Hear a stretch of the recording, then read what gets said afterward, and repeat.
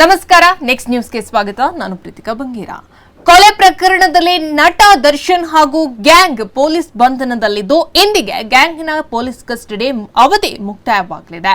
ಹೀಗಾಗಿ ಇವರೆಲ್ಲರೂ ಇಂದು ಪರಪ್ಪನ ಜೈಲಿಗೆ ವರ್ಗಾವಣೆ ಆಗುವ ಸಾಧ್ಯತೆ ಇದೆ.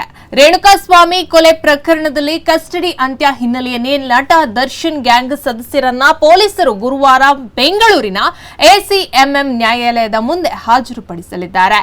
ಈ ಹಿನ್ನೆಲೆ ಕೊಲೆ ಪ್ರಕರಣ ತನಿಖೆ ಸಲುವಾಗಿ 2 ಬಾರಿ ವಶಕ್ಕೆ ಪಡೆದಿರುವ ಕಾರಣ ಮತ್ತೆ ಆರೋಪಿಗಳನ್ನ ಸುಪರ್ದಿಗೆ ನೀಡುವಂತೆ ನ್ಯಾಯಾಲಯಕ್ಕೆ ಪೊಲೀಸರು ಮನವಿ ಸಲ್ಲಿಸುವ ಸಾಧ್ಯತೆಗಳು ಕಡಿಮೆ ಎನ್ನಲಾಗುತ್ತಿದೆ.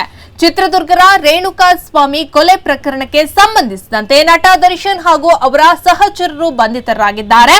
ಈ ಪ್ರಕರಣದ ತನಿಖೆ ನಡೆಸುತ್ತಿರುವ ಪೊಲೀಸರು 10 ದಿನಗಳು ಕಸ್ಟಡಿಗೆ ಪಡೆದು ಸುದೀರ್ಘ ವಿಚಾರಣೆಗೆ ಒಳಪಡಿಸಿದ್ದಾರೆ.